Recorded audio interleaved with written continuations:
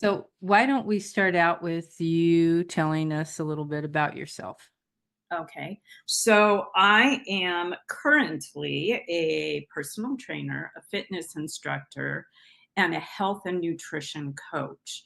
So I am a reinvention, if you will. I started my career after college in the film industry. I live in Southern California.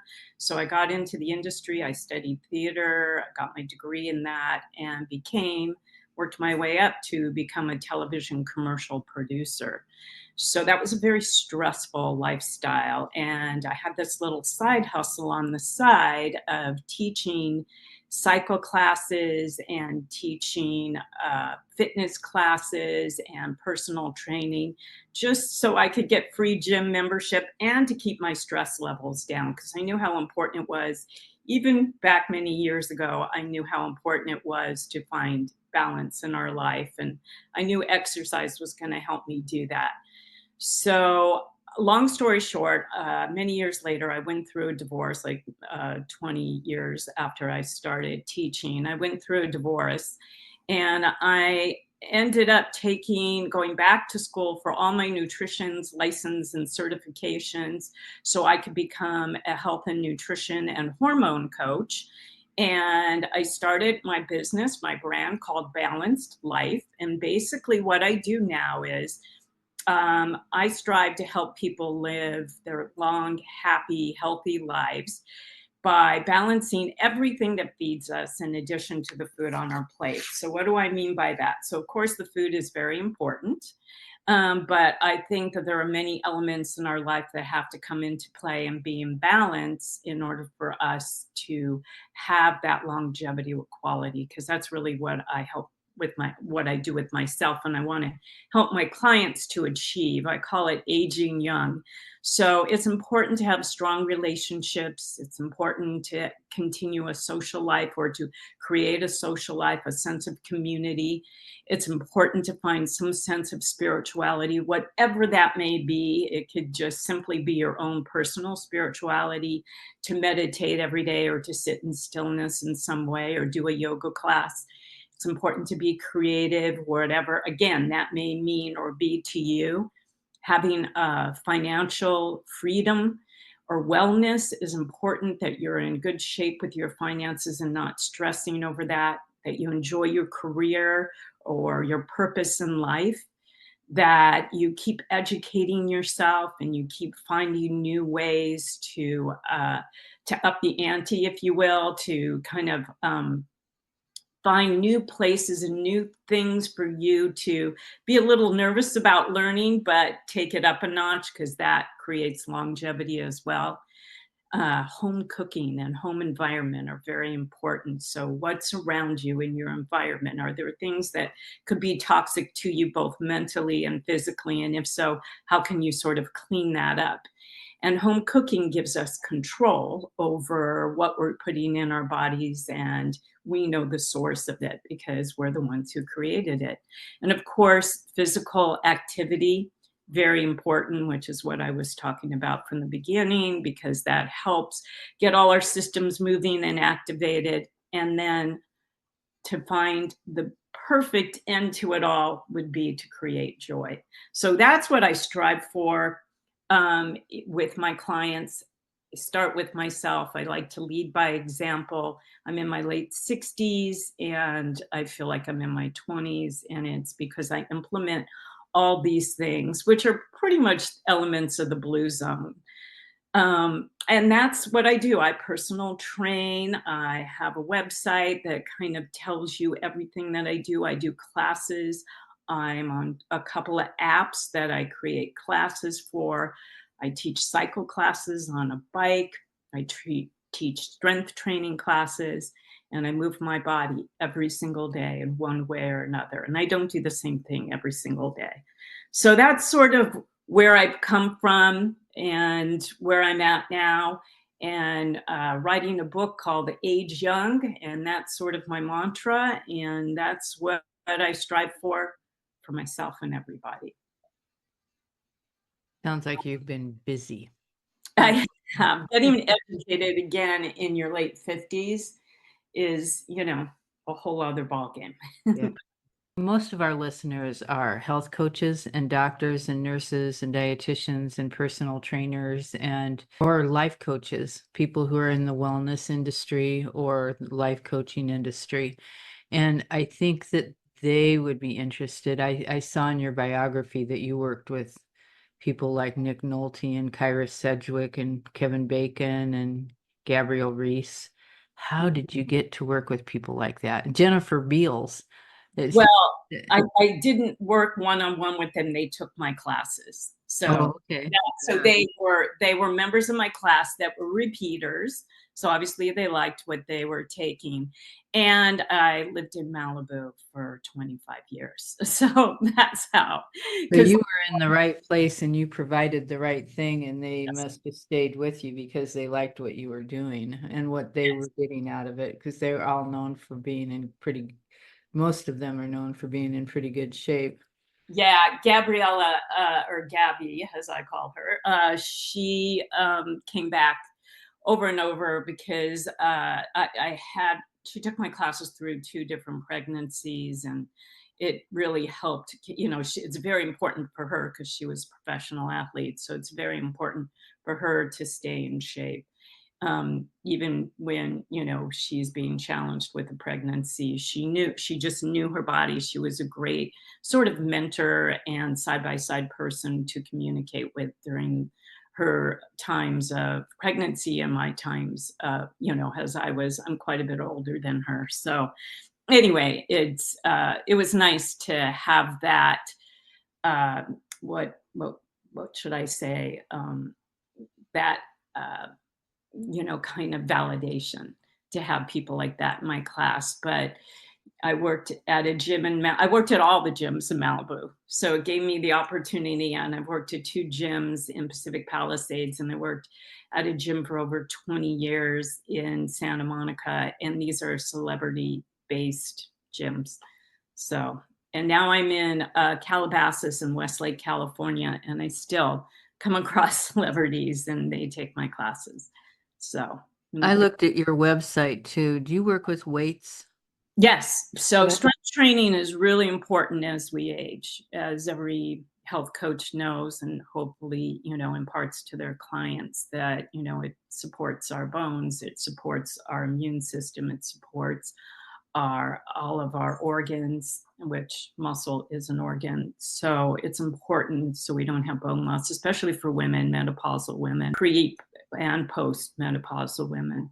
So I work a lot with women of a certain age that are premenopause and postmenopausal, or going or in menopause, who just want to keep their muscles strong and their bones protected, because it's really important.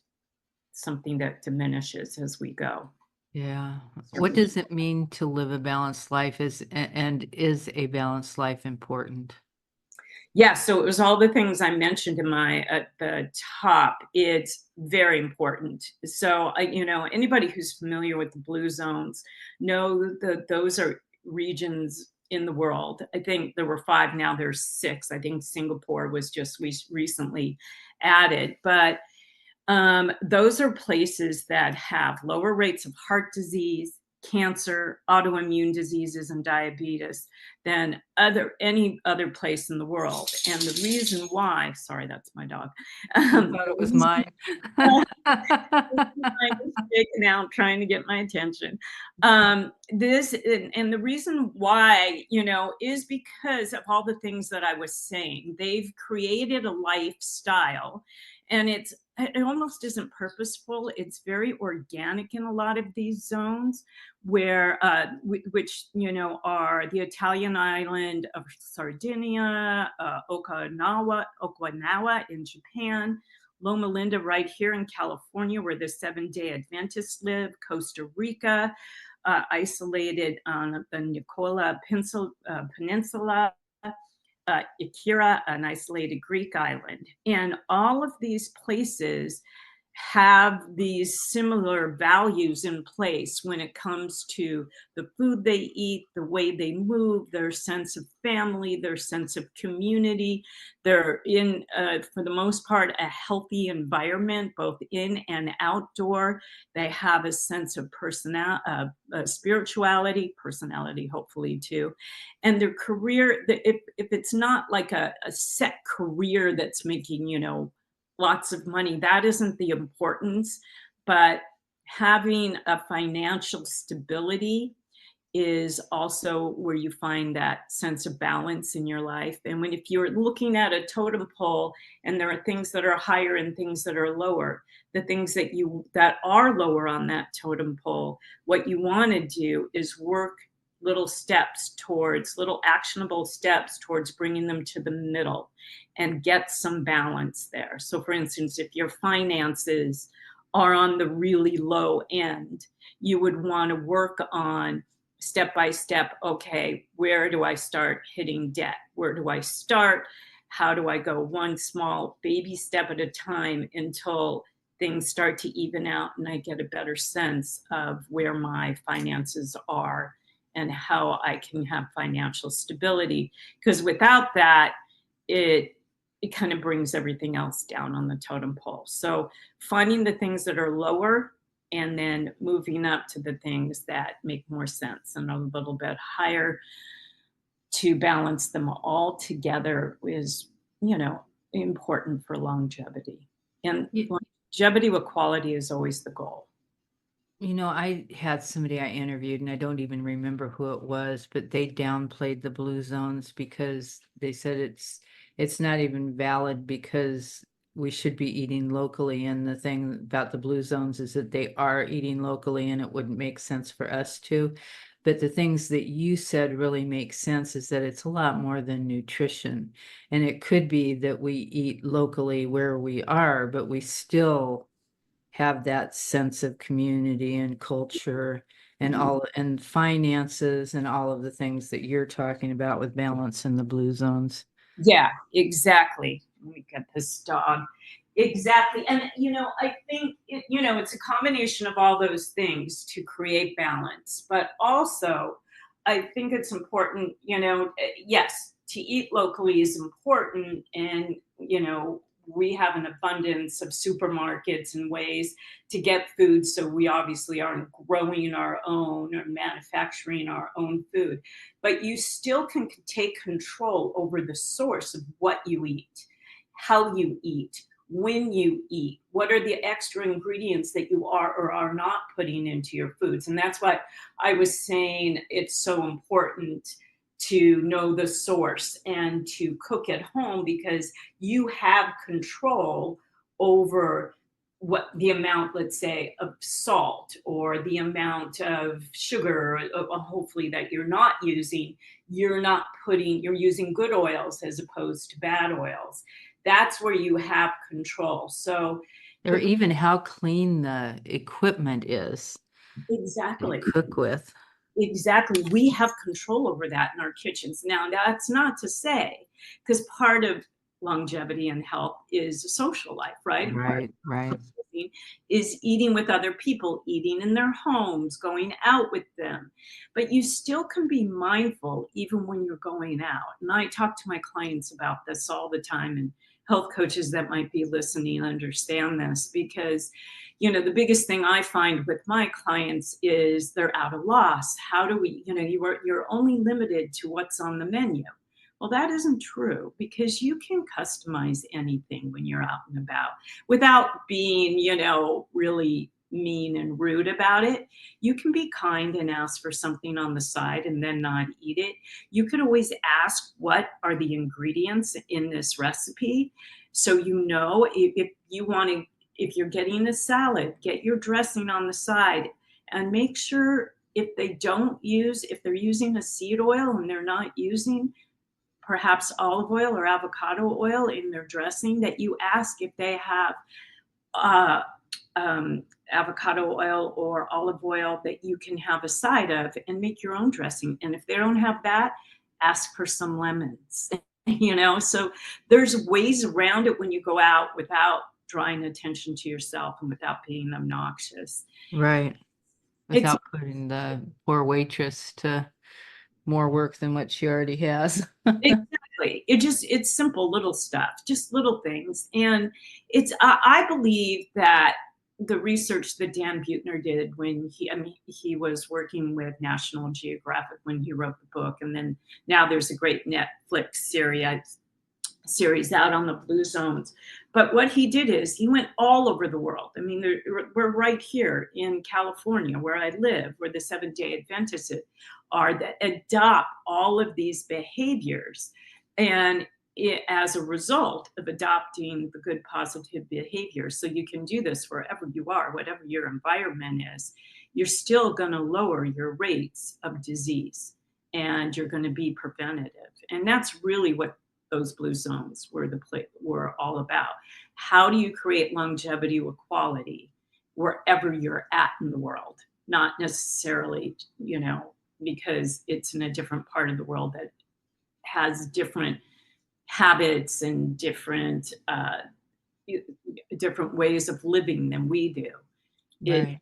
all about what you put in your body, how you move your body, how your mental mindset is, and who you surround yourself with, and what brings you joy. I think the ultimate is where you find your joy.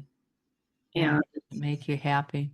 it's really, isn't it what we all want? I mean, we all looking for love and happiness, and it really does start with us, but it's not that easy. Life throws us challenges every single day. It's how we navigate and negotiate those challenges that create the longevity, that create our ways to move forward rather than taking steps back.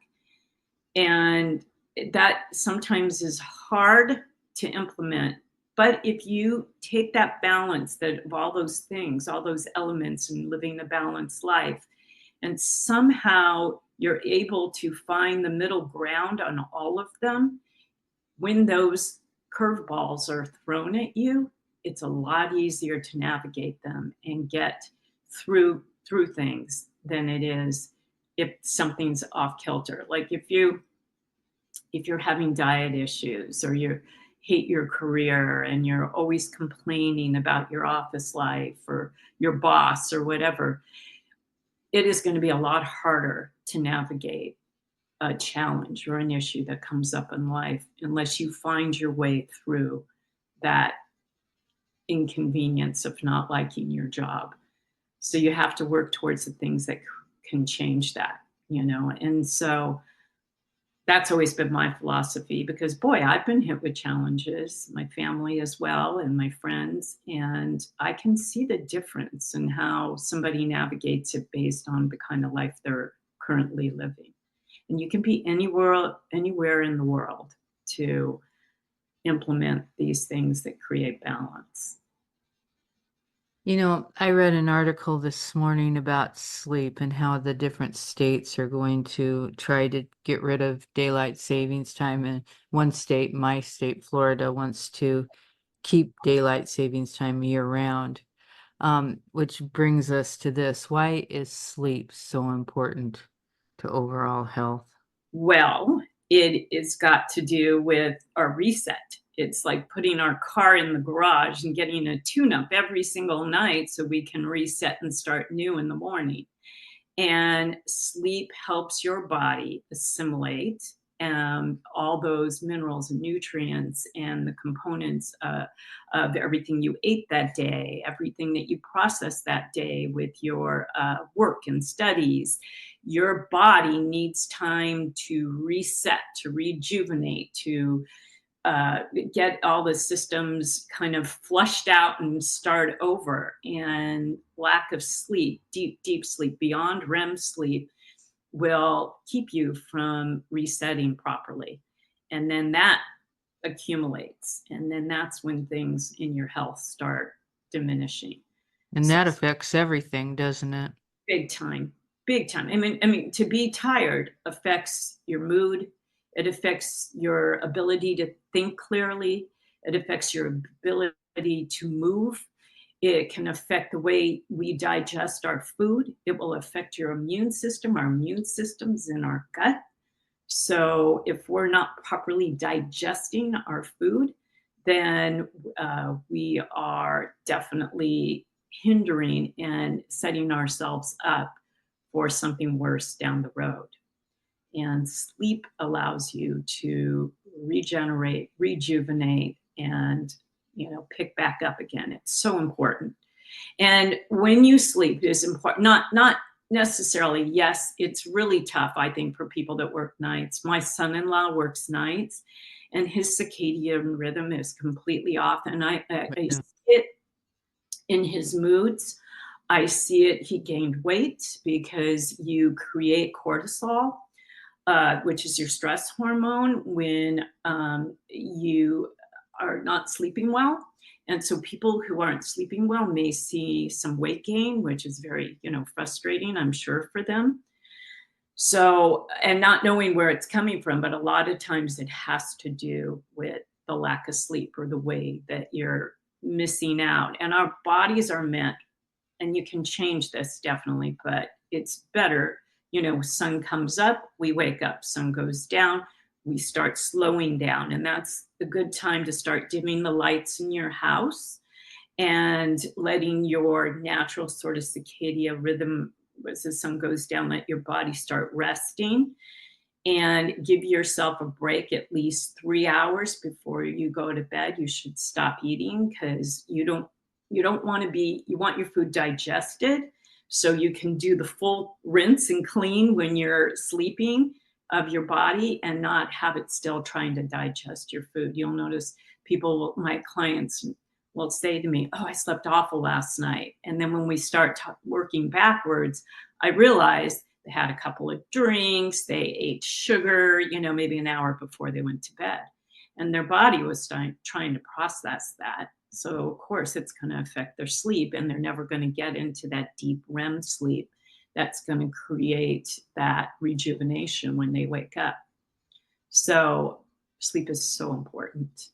That phrase, "Oh, who needs sleep? I'll sleep when I'm dead." Not a good phrase. What mean, about stress and anxiety, especially now with everything that's going on in the Yeah, world? I think there's always something, right? It was COVID a few years ago, and now, an election year is always stressful for everybody because even if you're ignoring, you can't because it's everywhere, right? So it changes our cortisol levels, which is our stress hormone, which I was saying before. And then we are sort of living with our adrenals activated, which will create adrenal fatigue, which means that now you have a hormonal imbalance. And our hormones really regulate everything in our body. They're our sort of regulation system that keeps everything moving, and they affect every tissue and every organ. So if something's off in your endocrine system, and you're not processing food properly, you're not, it usually affects your sleep, it usually affects your mood and your ability to have a clear brain, to be able to think through, to be able to get through a test or your studies or whatever it may be, even to finish a book that you might want to be reading. It affects everything. And you're living on adrenaline rather than in a calm, centered place. So I always suggest to people to find your Zen. And some people don't want to go woo-woo like that, So if yoga isn't your thing, or meditation isn't your thing, or a sound bath isn't your thing, go ground yourself somewhere. Give yourself your moments where you can get out, and if it's grass, so be it. If it's sand, fabulous. If it's gravel, so be it. But just ground yourself, get outside, close your eyes, take a few minutes for yourself every day to stop living in adrenal, a fatigue. and stop fatiguing your adrenals and living in that fight or flight mode. You got to get down to a place of calm. And sometimes you have to try more than one thing. It's just like with food, you know, even healthy foods, you have your favorites and things you won't touch, but you will never know until you try it. What's and so I suggest to my clients find your thing that works for you. Well, there's a lot of confusion about food and what you should and what you shouldn't eat. Could you talk about that a little? Yeah, well, hands down, you shouldn't eat ultra processed food. You know, just look for those labels that say organic, certified organic, because then you know that the source of your food, and there's things that are mislabeled, and I'm not talking about packaged food right now. I'm talking about whole fresh food, vegetables and fruits that you can actually see are one ingredient. There's where you want your to be organic and doesn't come in a package, something you have control over, something that you can eat heartiful and plenty of. In the blue zones, they found that more towards like a 70% plant-based diet is actually healthier overall for longevity. I am not advocating that you have to eat only plant-based. I don't think that works for everybody. I don't think with food, it's a one size fits all. I think my food could be your poison, your food could be my poison, because some people have very strong sensitivities to certain foods, and some people have allergies to certain foods. And those are two different things, and you kind of want to be aware. And one of the ways to figure that out is sort of to eliminate the things that we know can be sensitive or cause allergic reactions to people. So from the very first, you know, I talk about gluten being, again, that's a processed food. We don't know the source of gluten. Comes from the seed of grass. And we as humans really aren't meant to, it's a protein, and we're really not meant to eat grass. Cows are meant to eat grass because they have 4 stomachs, so they can go from one to the other to digest. We only have one digestive tract, so we can't assimilate gluten the way we would want to. And so it's everywhere, and that's considered a processed food. So when you're out and about, if you're buying gluten products and you're feeling bloated or you have gut sensitivities or skin issues, chances are if you eliminate or at least downsize on your gluten, you're going to see that go away. You're going to see a lot of those gut issues diminish. And the big idea with food is to avoid inflammation. That's the big that's the most important thing, is that you try not to inflame your body, inflame your gut. So we know there are foods, real whole foods, especially ones that have no pesticides and haven't been manipulated, are gonna, you know, do what it needs to do in our body, because we, you know, need to eat. That's our fuel. So we need the nutrients and the minerals and all of the things that food gives us in a positive way to absorb, and then we need to eliminate so we don't become toxic and hang on. And when you're having processed food, it's hanging on. So you want to choose healthy fats. You want to emphasize like lean proteins. You want to make sure that you, with your protein, I usually tell my clients, just think of a palm size. You know, usually it's done by weight. I try not to work in numbers with my clients, because then it gets too detailed with them. It turns it into work, doesn't it? Yes. And so these should be mindless things, but are mindful in the respect that once you get into the habit of them, they're just secondary. So if you just think about protein the size of your palm and not keeping going back for more, because too much of anything is too much, you know. And one of the very most important things that I talk about what you should put in your body is to hydrate, to drink Right. water. And, the rule of thumb is half our body weight in ounces. So take your body weight, take it in half, drink those ounces a day. And if you exercise and if you do a high intensity interval, a lot of cardio that day, you're out in the heat for a long time and you get dehydrated, you need to do even more than that.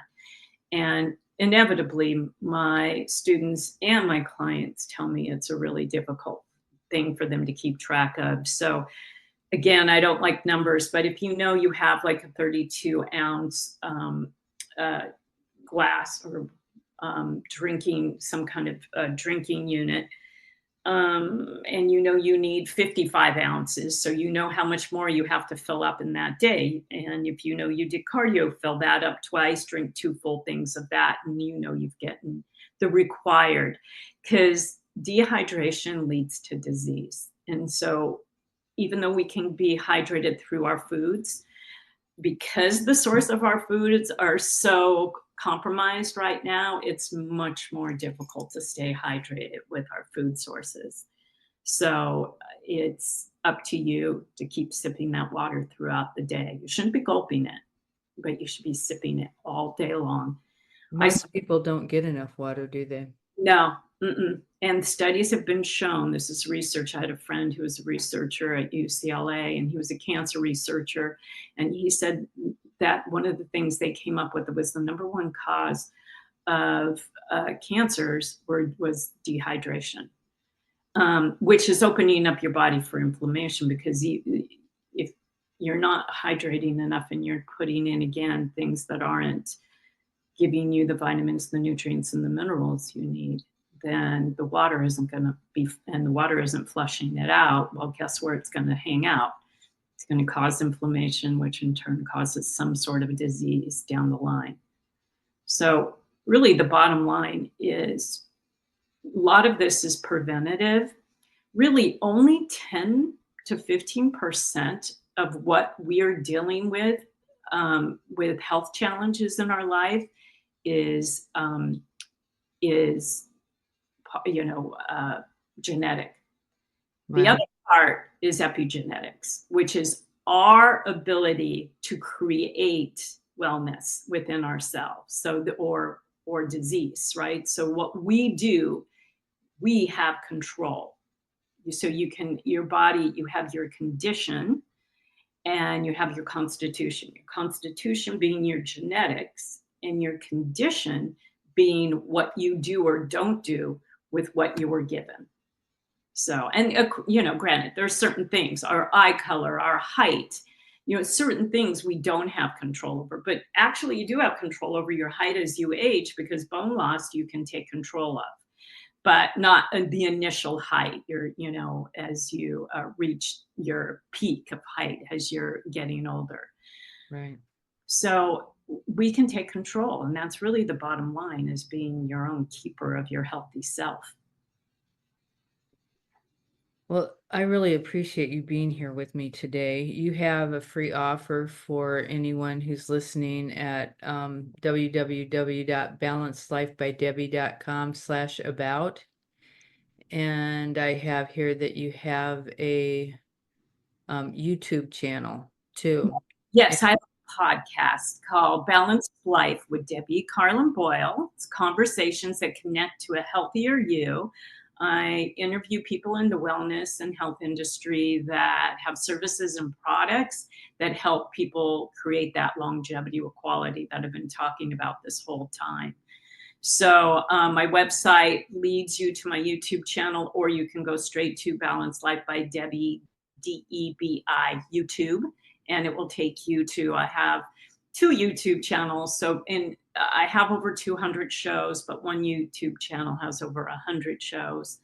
And it's anything. It's from people who are, navigating disease like MS and how they are living their best balanced life in spite of, to people that are, for women who are dealing with pelvic issues, let's say, and other women going through menopause and relationships, what it's like to be dating after 40, those kinds of things all contribute to our overall health. And I bring in experts to talk about that. So I invite people to listen and to subscribe. And well, I do 2 shows a month. I professionally produce them through Universal Broadcasting Network. And if they go to my website, I offer a free 30-minute intake or consultation where they can tell me what it is that they think is out of balance. And mostly I, get women who want to lose weight, who've been struggling and tried every diet. And we talk about lifestyle as opposed to diet. And then I can work with them one-on-one. They can join a group. They can take my classes online. And it's all there on my website. That's great. Thank you so much. We'll have those links underneath the podcast notes for you. Oh, fabulous.